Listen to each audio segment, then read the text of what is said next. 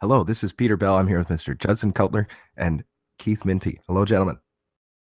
Hey, good morning. Good morning. Well, Monday, and it's October 1st. Does anybody care about junior mining at this point? Well, I think so. I think, with the GDP and the growth cycle we're on, the commodities are going to rebound, and this is a buyer's market. Yeah, it certainly seems like it. And good stories seem to be getting some traction nonetheless, too. In some cases, I think having a steady news flow is what the market's looking for. So, yeah. So, Rover Metals, how many people would be familiar with this name? I think we're just getting the word out there. The listing happened in the middle of summer, so I mean, June 29th was when we went public. So Keith Minty and I opened the Toronto Venture Exchange market, on the floor there on Wednesday morning of last week. And I think we're just starting to get the name out there about Rover Metals and what we're up to. Congratulations. Ringing the bell, opening the market, being in the television studio that is the stock exchange floor. Yeah, it was very entertaining. How about that? It was very entertaining, and it certainly you can see the amount of excitement that a new company brings to the stock exchange. So we really appreciate the opportunity of opening the trading day.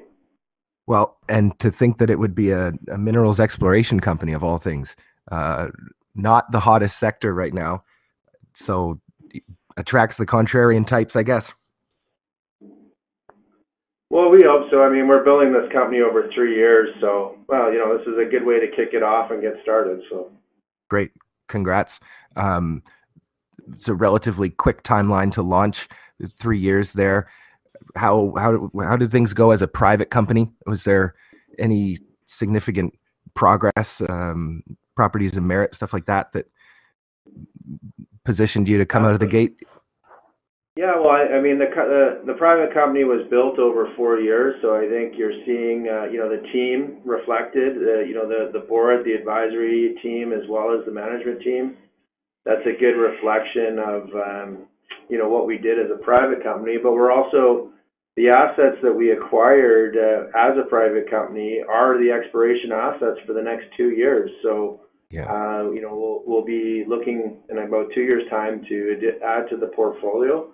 But we're very happy with the projects that we have, and they're all fully permitted at this point. So the projects, the people, and the permitting, the people you have involved in this company, a pretty exceptional list.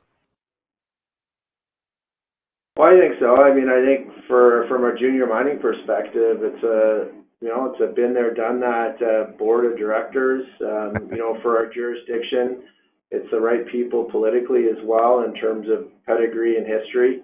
We're working in the Northwest Territories of Canada, so two of our directors have lived and worked there, and we think it's one of the best area codes for exploration in North America. Yeah. And Lou Cavello and Aurora Geosciences, right to the heart of it there.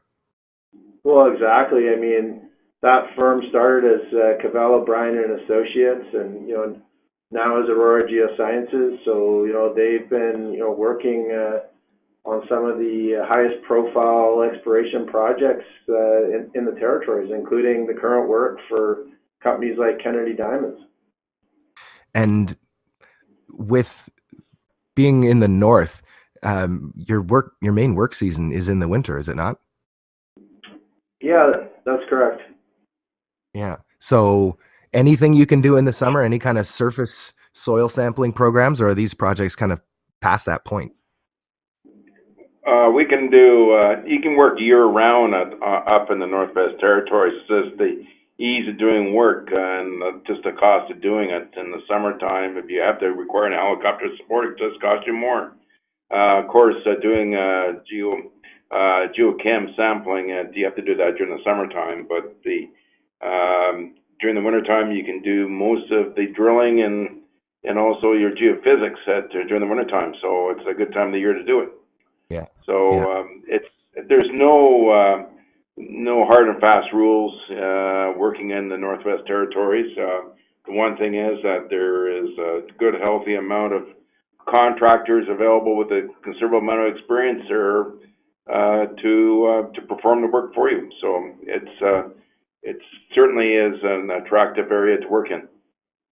Well, and looking at the various other companies in this area around, your set of claims and this Camp Lake claims, Slemon Lake claims, and again, Cabin Lake. And it's amazing to see how much exploration is going on around there. Oh, absolutely. It's roughly a 110 kilometer radius from, right from Yellowknife, and the history of that Yellowknife gold belt with Giant and Con. And so, yeah, we're in the southern part where all the infrastructure either exists or is going to exist in 2 years in terms of all season roads. Yes, these lake roads too, the ice roads, they're amazing. Well, yeah, these lakes are tiny lakes. They're 6 feet deep, so they freeze quick and they're easy to get across. Yeah. Well, then there's the big ones too. Great Slave Lake right there. Wow. That's Well, I wouldn't want to be having to wait until that one freezes, but it does. We've been out on the ice castle there in the spring, so. Really? Yeah. Wow. Yeah, I'm very familiar with the ice road that heads up to the diamond mines. I worked up at Salmita, that was owned by Giant Yellowknife Mines, and we worked in association with the Lupin Echo Bay Lupin mine and putting the ice road up to there. So I'm very familiar with all the issues of running an ice road. And I guess we could go in the properties in some greater detail here, but I wonder, in broad strokes, where are we on the 5-year plan of work programs and such? Well, I think it's more of a 3-year plan. Really, I think our only impediment to success right now is hyper dilution on our stock. So, right now we're focused on proving an inferred resource within 3 years, an inferred gold resource, and that program starts drilling in either late January or the first week of February at Cabin Lake. Yeah. And you've been able to assemble some good historical data? Yeah, that's correct. So we refer to it as the Cabin Lake group of projects, which is Cabin, Sleeman, and Camp. We believe that, there is a 100,000 ounce inferred resource there for those 3 properties. Cabin Lake, of course, having the most historic drilling of about 85,000 of that 100,000 ounces, and historically there was about 7,500 meters of drilling done, of which we have all the data for. So that's the focus for our near-term exploration. Yeah. And that inferred resource, that's at the Cabin Lake target itself. That's a non 4301 compliant. So that's a historic resource of 85,000 ounces at Cabin. And you have sufficient information there where you've been able to build out a 3D model? Yeah, that's correct. So we've got all the assay certificates, and we've digitized the historic drill cores, relocated them with GPS. We've now flown an airborne mag and done geochem sampling as well. So yeah, we know exactly where we want to drill. Yeah, good. And geology in and around that area, any detailed surface mapping or any stuff, logging, old core logging, that you've been able to get a sense of what's going on? Well, you bring up some interesting point. You have to realize that there was quite a lot of exploration activity prior to our acquiring the project. For the past, from the 1950s up to about 1985-90, there was a lot of exploration work performed on the area. And Grant Thomas Aberfame was the last real exploration group on the site, and they did a heck of a lot of good work from surface mapping, prospecting, drilling, assaying, and trenching, and defining where the iron formation is located, which is the primary location of the gold mineralization. And we're just following up on all the good work they've done. So it's well, 30 years goes by awful quick. Oh yes, and you have to realize to date, we just finished a geophysics survey. It was done by drone, and we were able to determine that the iron formation has got a projected length of 40 kilometers. So this is very exciting to us. And with that, there comes with the overlaying the results from the geochem sampling, yeah, which was just completed, and that will determine to us what is the location of the new drill targets that we're planning to drill in the early quarter of 2018. And Peter, just speaking to one of your points on this being 30 years old, you know, my hypothesis on why this project hasn't seen the light of exploration in 30 years is just because the territories up until now has been focused on diamonds, and obviously Aber Resources was focused on the development of the Diavik diamond mine. So, you know, this is a great project. It was kept under private ownership here for for the last 30 years, and now it's seeing the light of day. Yeah, and a flagship exploration project for you, no less. Oh yeah, for a company our size, absolutely, it's a definite flagship project. It's that map and seeing the shape of the iron formation that you have marked out there, you know, where you know it is, and then some of these indications of where it is inferred to have continue along that 40 kilometers that you mentioned, Keith. Wow. Lots of questions about that, I guess. And Judson, your point that, you know, it has mainly been about diamonds is helpful. But, you know, these banded iron formations, fairly well-known deposit type globally. Is there anything exotic about this one that you know of so far, or? No, the one thing is it's near surface. Well, it's been mapped on surface, outcrops, no deleterious elements that we can foresee in the preliminary assaying of the gold. It's similar in structure to the Echo Bay Lupins mine, or the old Homestake mine down at Leeds, South Dakota. Yeah,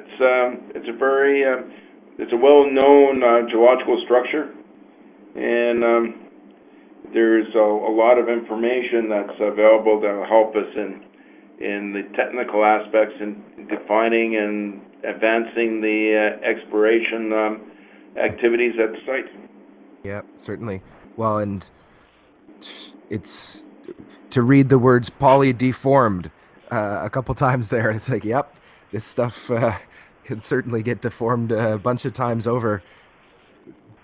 Potential to become kind of puzzling and nasty, getting cut off and stuff. Is that a concern, or any confounding stuff for prior exploration?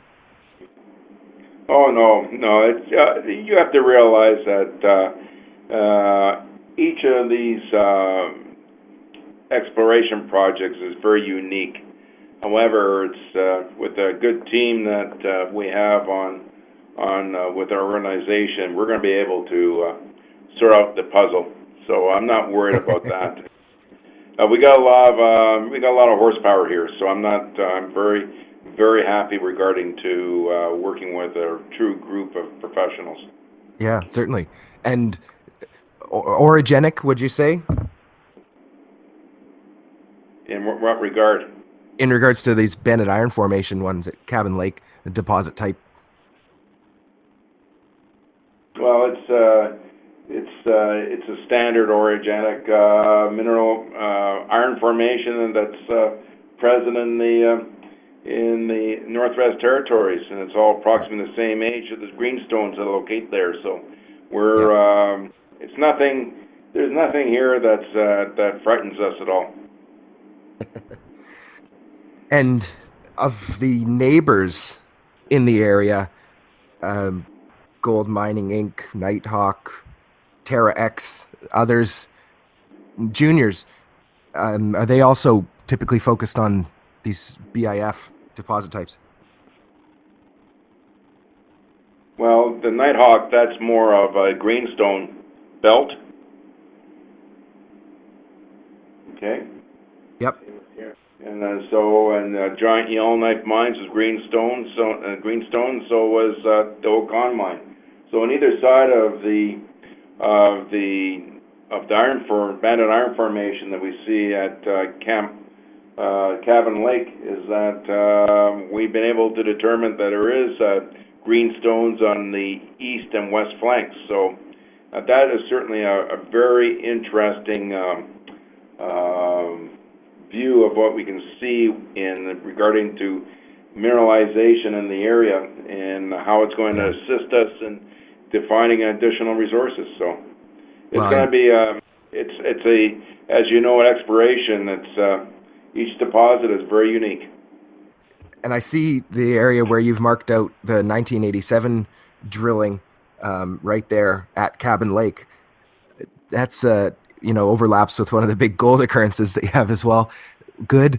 I wonder though. The nice thing about that, Peter, is that's 3 feet of water. So when we're drilling there in February, we can on the ice we can literally mow that drill pad with the snowmobile.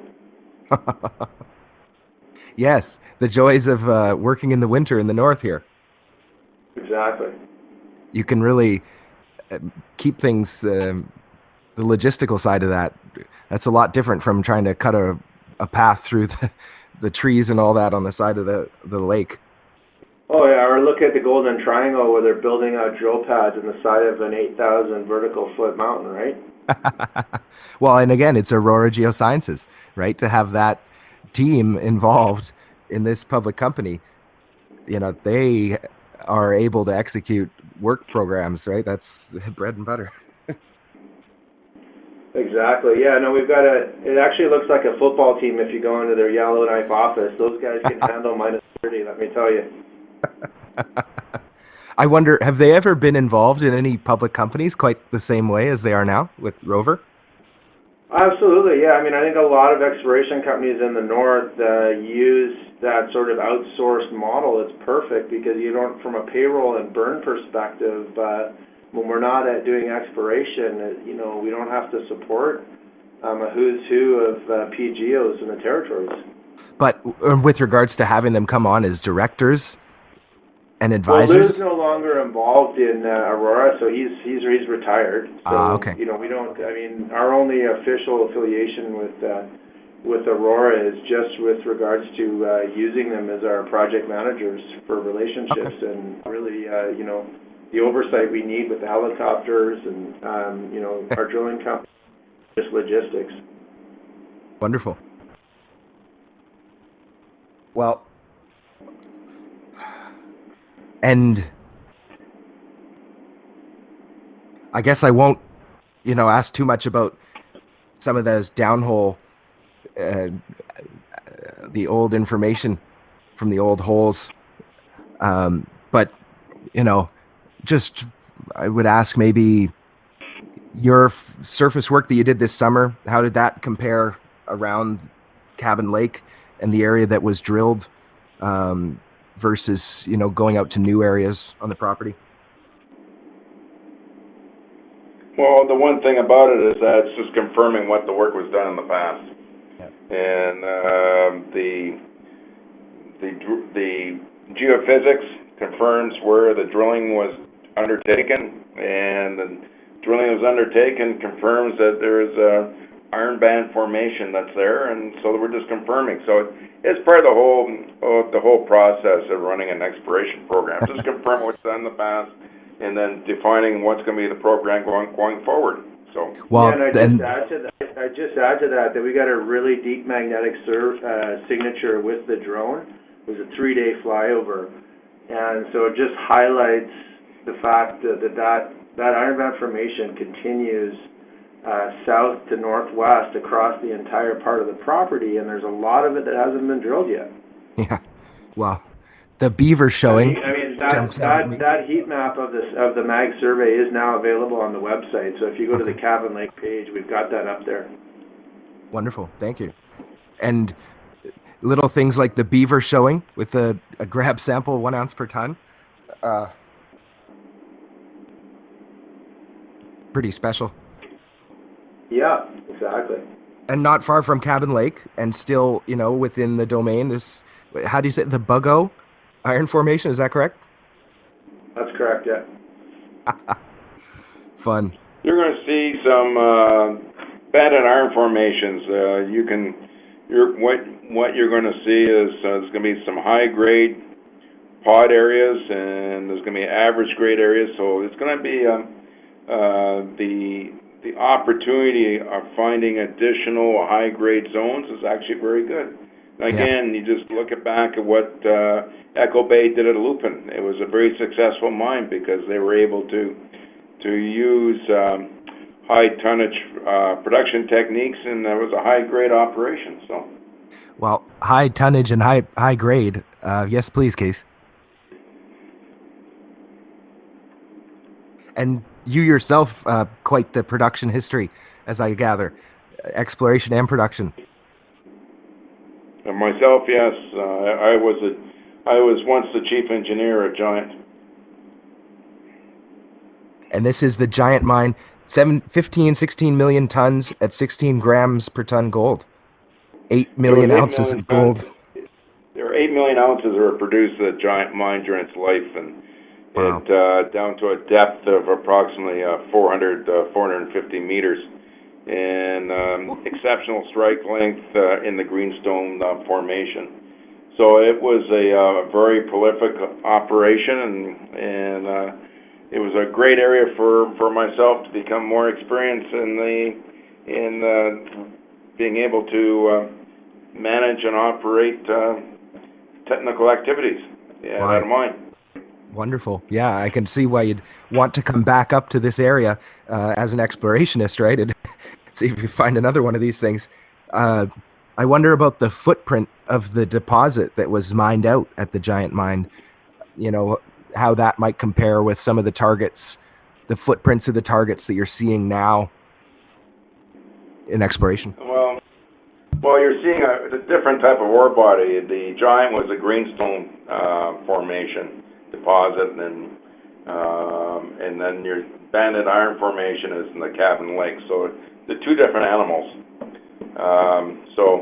But the one thing that's going to be consistent about it is that they're both containing gold, and they can also contain high grades of gold. So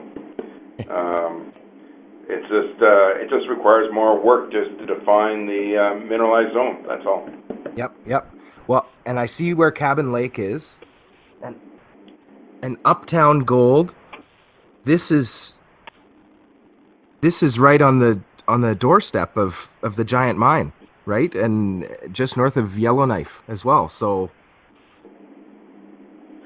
Right, and our hypothesis is that for the Uptown Gold Project, what we see right now is many mineralized zones of low to medium grade mineralization. If you're going to compile it into a larger component of mineralized zones, you get something similar to what occurred at Giant Yellowknife mines, where we mined out the crown pillars. It's going to be Uptown Gold is going to be an open pit operation at the date. We just got to prove out additional ounces there, and just go to depth. So it's going to be similar to what occurred at Giant in generalities, that's about as much as general as we get at this time. We still don't know enough about the mineralization of the Uptown Gold Project. Well, very early days, but still, there's historic pit production of, is it 14 tons at 60 grams, 68 grams per ton? Yeah, there was a gopher hole that was done there, mined out, and yeah, it was a pod. But then when you look at the overall trend that's following the Robertson Shear, and which is the main controlling geological structure and in the area, and it's going to be with additional work done on the project. I'm very optimistic that we're going to be able to define a low grade, high tonnage type of deposit there that's going to be similar to the open pits that were developed at the Giant Mine. Thank you. And just trying to position myself again, Cabin Lake versus Yellowknife. How far? Again, it's not that far. It's maybe a couple 100 kilometers or something like that. Well, there's already an all-season road. There's already an all-season road that goes to Bechico, so that gets you within 40 kilometers of Cabin Lake by all-season road. So, it's about 110 kilometers from Yellowknife itself, but the road that goes down to Hay River in Edmonton goes right through Bechico, and in the next 2 years, they're breaking ground on a road that goes further north from Bechico that gets us close to the Sleeman and Camp claim. Yeah. And the Rod Zone at Uptown Gold, that area that we were talking about, the little pit that they had, that's under 5 kilometers distance to the Yellowknife Airport, and power line cutting nearby, roads again nearby. Okay, thank you. Just putting some numbers on the distances and everything there for me is helpful. People think maybe up in the north you're going to end up with remote locations and expensive, mobilization costs really can be the killer, right? And limited windows for work programs, but not the case. Well, I've been on a snowmobile out there across from Bechico across Russell Lake to Cabin in March, and it was fine. It was only minus 30. I mean, I am from Vancouver, but I didn't find it that bad. No, you just prepare yourself to operate in the cold temperatures, and I did it for many years in the high Arctic, so it's not it's standard operating procedure now. And you did some ground truthing at Uptown in 2017. We did. There was a discovery of some new shearing along the existing known mineralization, and now it's just a matter of getting access to the lakes that are to the north of both zones that we drilled, and so that's something that, again, that's a winter program for Uptown TBD, and on when the market we're in is obviously a high-grade market, so that's where Cabin Lake is at the forefront. Yeah. Well, and the grades at Giant seem to be, half ounce average grade is pretty substantial, right? So the potential for a high-grade story at Uptown, I wonder. There's potential, but that's going to be at depth, right? So this is a program that would require 300, 400 meter drilling, and I don't think we're in that market at the moment. But the good news is with Uptown is, we've got plenty of time here to develop that, and it's sitting there on the portfolio. Yeah. Well, and good to have it in standing until 2021. That's correct. Yeah. And 860 meters of drilling in 2017. I wonder, a couple holes there, 4 or 5 holes. How many was that? Well, to Keith's point earlier, it continued to prove off that hypothesis of bulk tonnage and medium to low grade. That's all, right? So we just scratched the surface.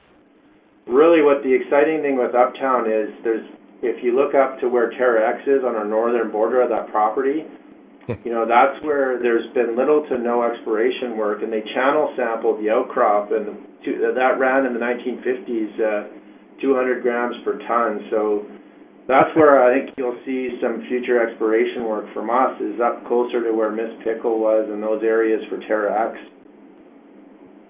Well, and another hardworking junior there, right? I wonder the potential for some kind of strategic alliance or some working together to some degree on exploration around those borders. Well, I think there's even some producers that are in other area codes in Canada, some small tier producers that may have interest or have previously expressed interest in the Uptown project. So Yes. we're already looking elsewhere for JV's opportunities on that. Oh, wonderful. Yeah, that's a important part of this company, right? That could surprise people who may not know quite what to expect going forward from Rover.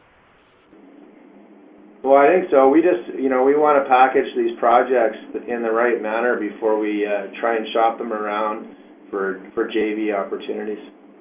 Well, and to that effect, this slide on ownership that you have in the deck is very clear and helpful. Thanks for that. And Cabin Lake, 100% owned. Great.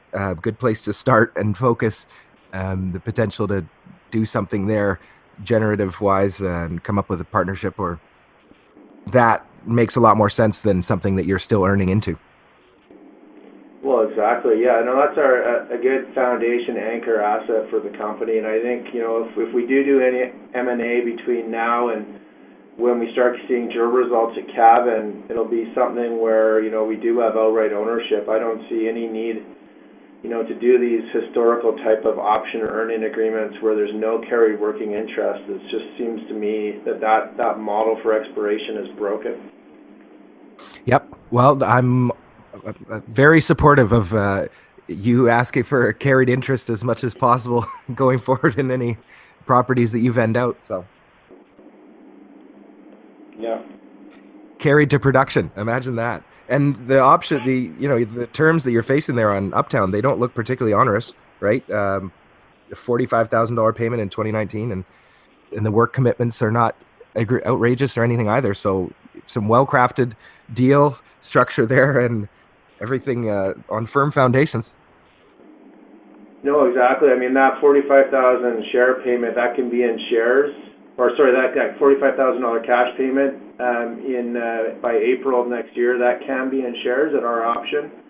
And then, the work commitment is completely reasonable. The reality is once we start drilling again at Uptown, it's going to be a $750 to $1 million program anyways, right? Yes, so we got lots of time there. Wonderful.